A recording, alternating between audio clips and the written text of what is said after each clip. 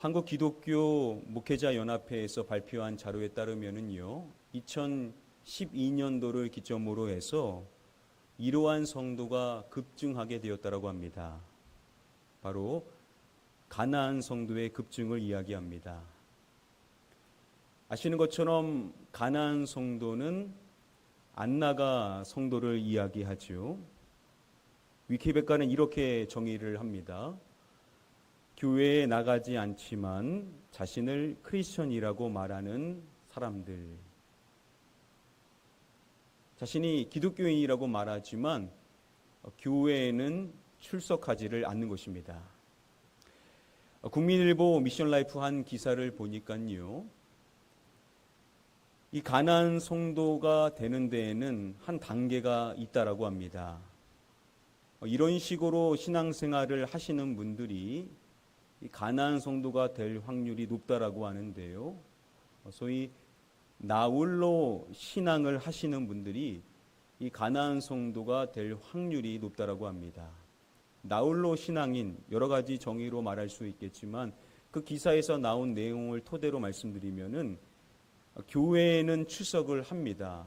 그런데 교회 안에 어떠한 소그룹에도 소속되지 않은 채 아무런 활동을 하지 않는 신자를 칭하는 말이 나홀로 신앙인입니다.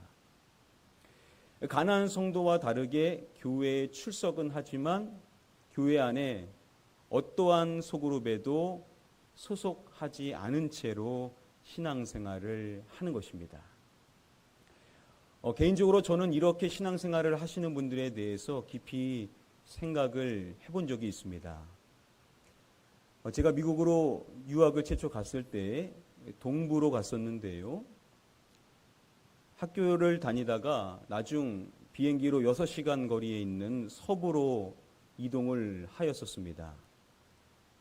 그리고 다시 학교를 옮겨서 비행기로 4시간 거리에 있는 중부에 있는 학교로 또 옮기게 되었습니다. 그래서 제가 미국으로 가서 불가피하게 교회를 3번 정해야만 했었던 것입니다. 자, 그런데 목회자이다 보니 사역지가 아닌 교회를 출석한다는 것이 결코 쉽지가 않았습니다. 그래서 사역지가 정해지기 전까지 그 주에서 유명한 교회들을 탐방하는 일을 주로 했었습니다. 대부분 미국 교회를 갔었는데요. 한 번은 중부에 있는 교회 가운데 가장 유명하다라고 하는 미국 교회를 가게 되었었습니다. 자, 그 교회를 가서 제가 크게 놀라게 되었었는데요. 그 놀란 이유는 다른 이유가 아니라 그곳에 한인들이 너무 많이 있는 겁니다. 여기가 지금 미국 교회인데 마치 한인 교회처럼 그곳에 수많은 한인들이 있는 것입니다. 나중 알게 된 사실이 그 주에서 가장 큰 한인 교회가 그 미국 교회다라는 우스갯소리가 있을 정도였었습니다. 처음에 저는 그냥 나처럼 탐방하러 온 사람들이겠거니라고 생각을 했었는데 여러 차례 그 교회를 가보니까 늘 오는 사람이 그 자리에 있는 것입니다. 저처럼 목회자가 아니라 일반 성도님들인데 미국 교회를 계속 출석을 하더라는 것이죠. 그래서 제가 되게 의아하게 생각을 하면서 아니 좋은 한인 교회들이 많은데 왜 이분들은 왜 미국 교회를 출석하는가 의구심을 가질 수밖에 없었습니다. 나중 사역지가 정해져서 부목사로 사역을 시작하게 되었었는데요. 사역을 시작한 이후에 그 이유가 무엇인지를 알 수가 있었습니다. 제가 출석했었던 그 교회, 사역하던 그 교회 성도님들 가운데 여러 가지 상처를 받고 그분들이 교회를 떠나고 어디를 가시게 됐냐면 바로 그 교회를 출석하기 시작하는 것입니다. 그러한 성도님들을 보면서 목회자로서 너무나도 마음이 아팠습니다. 상처들로 인하여 교회를 떠나 결국 정착하는 곳이 어딘가 봤더니 미국 교회인 것입니다. 그 미국 교회를 출석하게 되면 앞으로 신앙생활을 어떻게 할지를 제가 누구보다도 너무나도 잘 알고 있었기 때문에 그러한 성도님들을 보면서 목회자로서 너무나도 마음이 아플 수밖에 없었던 것입니다. 앞서서 말씀드린 나홀로 신앙인의 확산에 대해서 말하는 그 기사를 보니까요, 이러한 내용이 있었습니다. 교회 활동 않고 혼자 이것 괜찮을까? 혼자 무엇하는 것에 대해서 이야기하냐면 혼자 기도하는 것에 대하여서 이야기를 합니다. 나홀로 신앙을 선택하시는 분들에게는 분명 여러 가지 사연들이 있습니다. 저는 그러한 분들에게 아픔이 많다라는 것을 누구보다도 잘 아는 사람입니다. 자, 그런데 결국 그렇게 선택을 하시는 분들의 생각 안에 어떠한 생각이 있냐면 혼자 기도해도 괜찮다라고 생각을 하는 경향이 있다라는 것이죠. 여러분, 정말 혼자 기도해도 괜찮은 것인가? 이 부분에 대해서 함께 한번 생각해 보기를 원합니다. 미국의 저명한 신약학자인 D.A. 칼슨이라는 분이 계십니다. 주로 주석 그리고 교리에 대한 책들을 많이 집필하시는 분이신데요. 이분의 책 가운데 한 권의 의외의 책을 발견하게 되었습니다. 그 책은 주석이나 어떤 교리에 대한 내용이 아니라 기도에 대하여서 알려주는 일반 신앙 서적이었는데요. 누구를 통하여서 기도에 대해서 말하냐면 사도 바울을 통하여서 기도를 어떻게 해야 되는지에 대하여서 성도님들에게 알려주는 책입니다. 그러니까 사도 바울이 성경이 말하고 있는 성경적 기도를 가장 분명하게 알려준다라고 D.A. 칼슨은 이야기를 합니다. 여러분, 성경에는 여러 많은 기도자들이 있죠. 자, 그런데 D.A. 칼슨은 왜 사도 바울을 선택해서 그 한 사람을 통하여서 성경적 기도에 대하여서 이야기를 한 것일까요? 저와 여러분들이 기도에 대한 말씀들을 암송한 몇 말씀들이 있죠.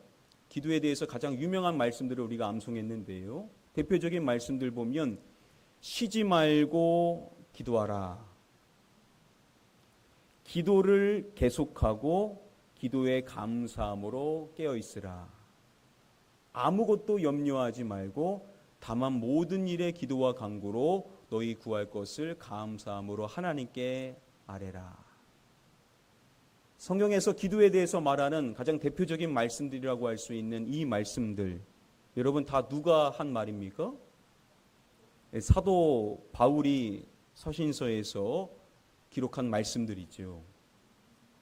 여러분, 사도 바울이야말로 성경이 말하는 대표적인 기도의 사람으로서 성경적 기도가 무엇인지를 가장 분명하게 알려주는 사람인 것입니다. 여러분, 그러한 사도 바울이 기도를 명할 때 성도들에게 쉬지 말고 기도하라 라고 말했다라고 한다면 그야말로 쉬지 않고 기도하는 사람이었겠죠. 그가 사람들에게 기도를 계속해야 된다라고 이야기를 했다라고 한다면 그야말로 기도는 늘 하는 사람이었었을 것입니다. 그가 기도를 명할 때 아무것도 염려하지 말고 다만 모든 일에 기도해야 된다라고 말했다라고 한다면 사도 바울이야말로 염려 대신 모든 일에 기도하는 사람이었었을 것입니다.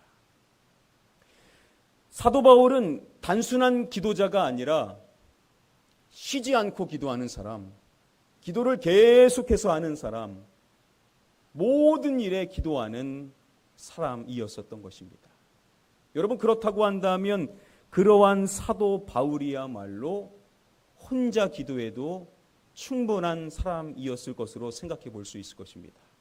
우리야 쉬지 않고 기도하지를 잘 못하죠.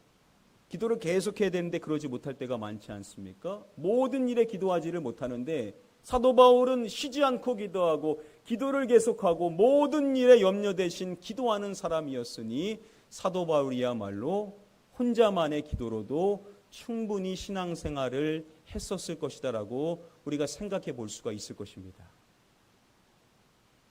자, 그런데 그러한 사도 바울이 쉬지 말고 기도하라 라고 말하는 데살로니가전서 5장의 말씀에 보면 그가 성도들에게 이렇게 이야기하는 것을 우리가 주목해 볼 필요성이 있습니다. 우리 다음에 데살로니가전서 5장 25절 말씀 함께 읽어보겠습니다. 시작. 형제들아 우리를 위하여 기도하라. 사도 바울이 데살로니가 교회 성도들을 향하여서 형제들아라고 부르고 기도에 대하여서 명령을 하는데 그가 누구를 위하여서 기도하라라고 이야기를 하고 있습니까? 우리를 위하여라고 말하죠. 사도 바울은 우리를 위하여 기도하라라고 이야기를 함으로써 하나님의 말씀을 전하는 자신과 같은 사역자들을 위하여서 기도해 줄 것을 요청한 것입니다. 여러분, 이러한 기도의 요청은 여기서 이례적으로만 나오는 것이 아닙니다. 바울이 기록한 서신서의 말씀들을 보면요, 고린도후서 1장에 보면 우리를 위하여 간구함으로 도우라라고 말합니다. 고린도서에서 4장 말씀에 보면요, 우리를 위하여 기도하되라고 말하고요. 데살로니가 후서의 말씀에도 보면 이렇게 이야기합니다. 너희는 우리를 위하여 기도하기를.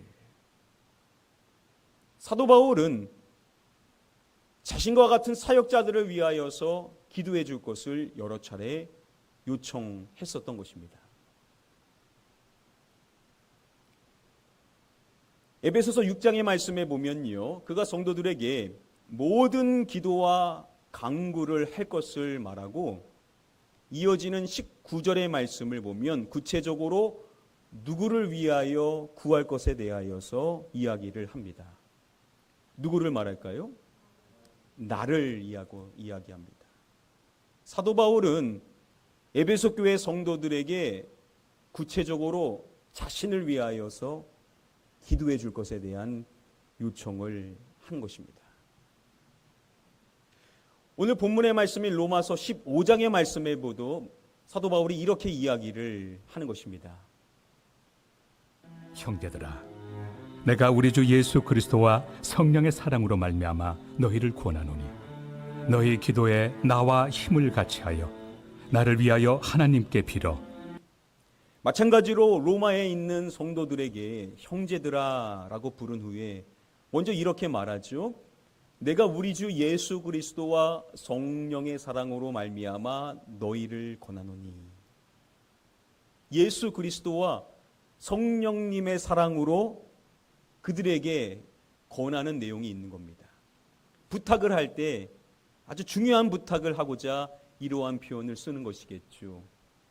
그가 부탁하는 내용은 다음의 내용인 것입니다. 너희 무엇에 나와 힘을 같이하여 누구를 위하여 하나님께 빌어.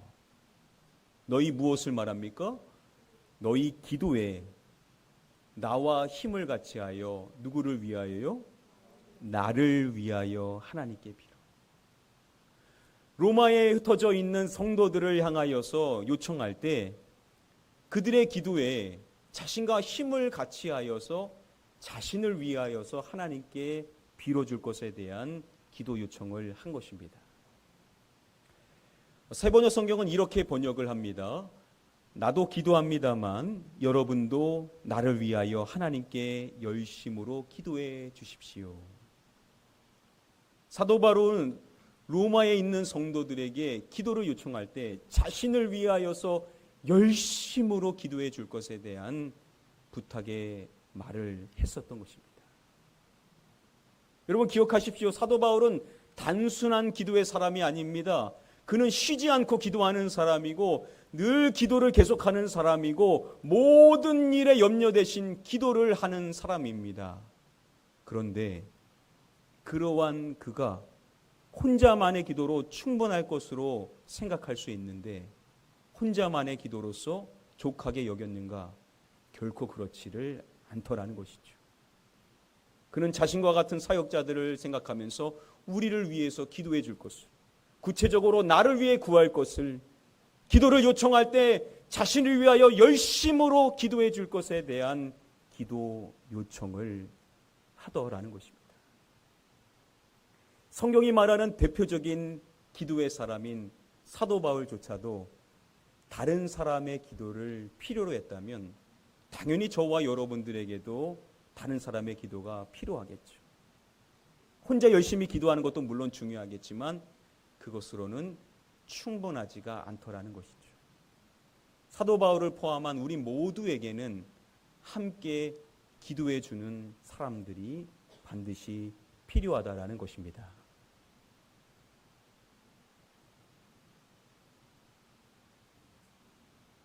그렇다면 여러분, 사도 바울이 왜 여러 성도들에게 수시로 기도를 요청한 것인가?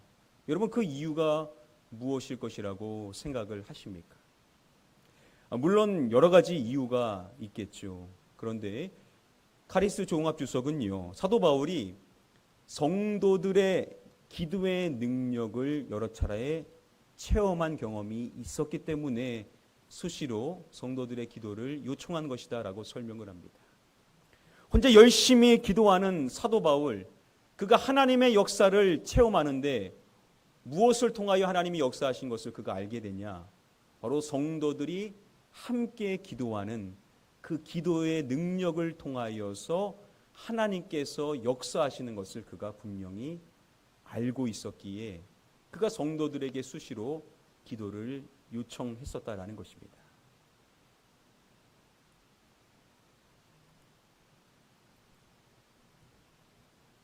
KBS 파노라마 다큐멘터리에서 신의 뇌, 파스칼의 뇌기라는 제목의 다큐멘터리를 반영했었을 때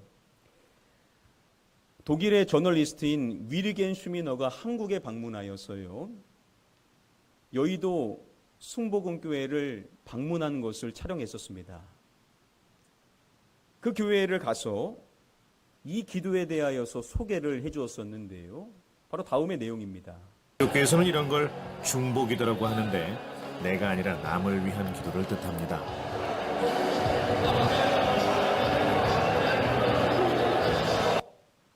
어떠한 기도에 대해서 소개를 해줬냐면 소위 중보 기도에 대하여서 소개를 해 주었습니다.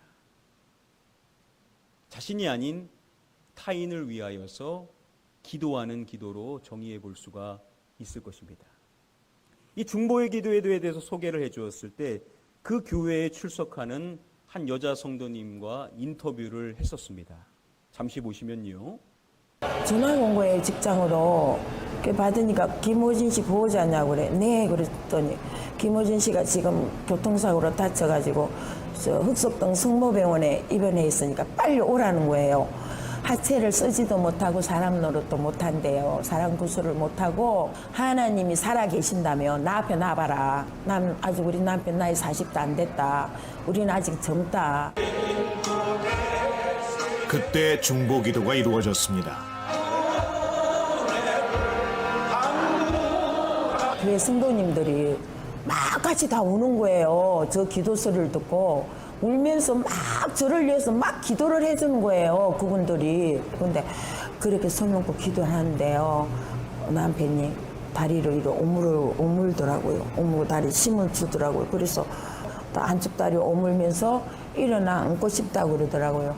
그래갖고 양쪽에서 깨트랑 끼고 서서 걷는데 아프지 않고 다리 힘이 주어지고 서더라고요. 서는 거예요. 그리고 그 다큐멘터리에서 또 다른 교회 한 남성에 대하여서도 소개를 해 주었습니다. 자, 이분은 환반병성이라는 진단을 받으신 분이십니다. 그래서 눈의 신경이 죽어가고 귀가 들리지 않게 됩니다. 그리고 급기야 한쪽 눈이 완전히 실명하게 됩니다.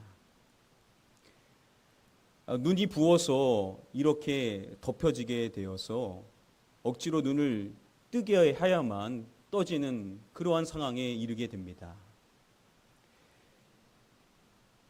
결국에는 장애 진단을 받아서 눈과 그리고 귀의 장애 진단을 받게 됩니다. 한 병원에서는 신경이 잘못되었으니까 뇌를 수술해야 된다라는 진단을 내리기도 했습니다.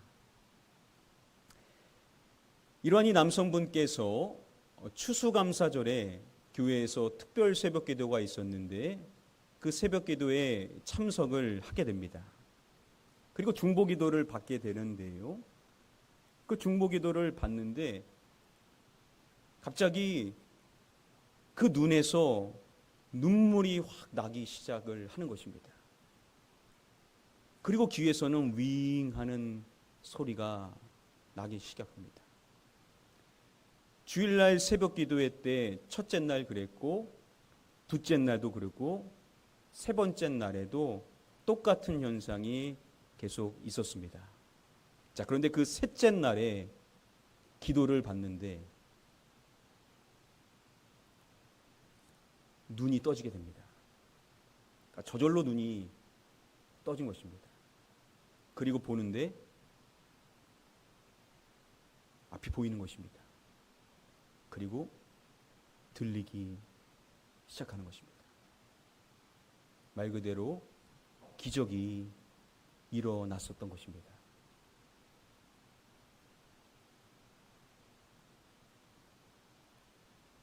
미국의 유명한 교수 가운데 캔디 건터 브라운이라는 교수가 있습니다.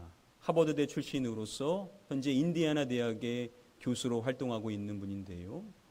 이분이 인디애나 대학 연구팀들하고 연구한 유명한 실험 가운데 잘 알려진 내용이 있습니다. 그것은 바로 이 중보기도가 가지고 있는 효과에 대하여서 밝혀주고 있는 실험이었는데요. 앞서서 말씀드렸었던 그 KBS 파노라마 다큐멘터리에서 캔디 브라운 교수의 그 실험에 대한 것을 설명해 주었었습니다. 영상을 준비해 봤는데요. 함께 영상을 통해서 직접 확인해 보도록 하겠습니다. 캔디 브라운 교수는 지난 2010년 흥미로운 발표를 했습니다. 기도가 정말 효과가 있는지 남미 브라질과 아프리카 모잠비크 등에서 직접 실험을 해본 겁니다. 모잠비크 실험은 시각장애 환자 11명, 청각장애 환자 14명을 대상으로 했는데 기도를 한 다음 변화가 있는지를 측정했죠. 시력검사표로 테스트한 결과 기도 전과 후는 큰 차이가 났습니다. 기도 전에는 아주 큰 글씨만 읽을 수 있던 시각장애 환자들이 기도 후 더 작은 글씨까지 읽을 수 있게 됐죠. 청각장애 환자들은 청력검사기로 테스트를 했는데 대부분 증세가 호전됐습니다. 기도 후에 훨씬 더 작은 소리까지 들을 수 있게 된 거죠. 이 결과는 전 세계로 타전됩니다. 기도가 병자들을 고칠 수 있다는 연구로 기도의 효과에 대해 좀 더 일반적인 데이터가 마련된 것이죠. 캔디 브라운 교수는 이 실험을 통하여서 기도가 병자들을 고칠 수 있다라는 국제 연구를 발표했었던 것입니다. 중요한 점은 그냥 기도가 아니라 어떠한 기도의 효과에 대해서 이야기를 한 것이냐면 바로 중보기도입니다. 중보기도가 병을 치료하는데 큰 효과가 있다라는 것이 과학적으로 입증되었었던 것입니다. 여러분, 사도 바울이 자신 혼자 기도하면 될 것인데 왜 그가 성도들에게 수시로 기도를 요청하는가? 그 역시도 하나님께서 언제 기도에 역사하신지를 잘 아는 것이죠. 여러 성도들이 함께 합심하여 기도하였을 때 그 중보기도를 통하여서 하나님의 놀라운 역사를 보여주신다라는 것을 그 역시도 너무나도 잘 알고 있었다라는 것입니다. 그래서 그가 기도를 요청하는 것이죠. 우리를 위하여서 기도해 달라라고, 나를 위하여서 이렇게 구해 달라라고, 나를 위하여 기도할 때 열심을 다하여서 기도해 달라라고 중보 기도를 요청했었던 것입니다. 성경이 말하는 대표적인 기도의 모델인 사도 바울이 혼자만의 기도로 충분히 여기지 않고 다른 여러 사람들에게 기도를 요청했다라고 한다면 당연히 우리 역시도 그렇게 해야만 하겠죠. 여러분, 혼자만의 기도로는 충분하지가 않더라는 것입니다. 자, 그래서 오늘부터 저와 여러분들이 요청할 것이 있다라고 한다면 다른 어떠한 것을 요청할 것이 아니라 오늘부터 저와 여러분들이 요청할 것은 바로 성도들의 중보 기도를 요청해야만 합니다. 여러분, 성도님들에게 이야기할 때 여러분들의 가정을 위하여서 기도해 달라고, 우리 가정을 위해서 기도해 주십시오 라고 중보 기도를 요청하는 것을 우리는 주저해서는 안 되는 것입니다. 기도에 대해서 요청을 할 때 제 자녀를 위하여서 기도해 주십시오 라고 요청하는 것을 우리가 전혀 주저해서는 안 되는 것이죠. 저를 위하여서 기도해 주십시오 라고 중보기도를 요청하는 것을 우리는 적극적으로 해야 될 필요성이 있다는 겁니다.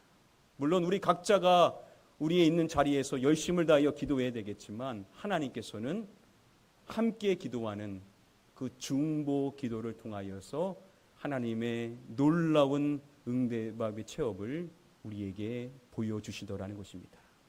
사랑하는 성도 여러분들, 오늘부터 주저하지 마시고 성도님들의 중보 기도를 요청을 하셔서 우리 교회가 함께 기도하는 그 기도를 통하여 하나님의 살아계심의 은혜의 증거들이 여러분들의 삶에, 여러분들의 가정에, 여러분들의 일터에 넘쳐나게 되기를 주님의 이름으로 간절히 축복하며 축원합니다.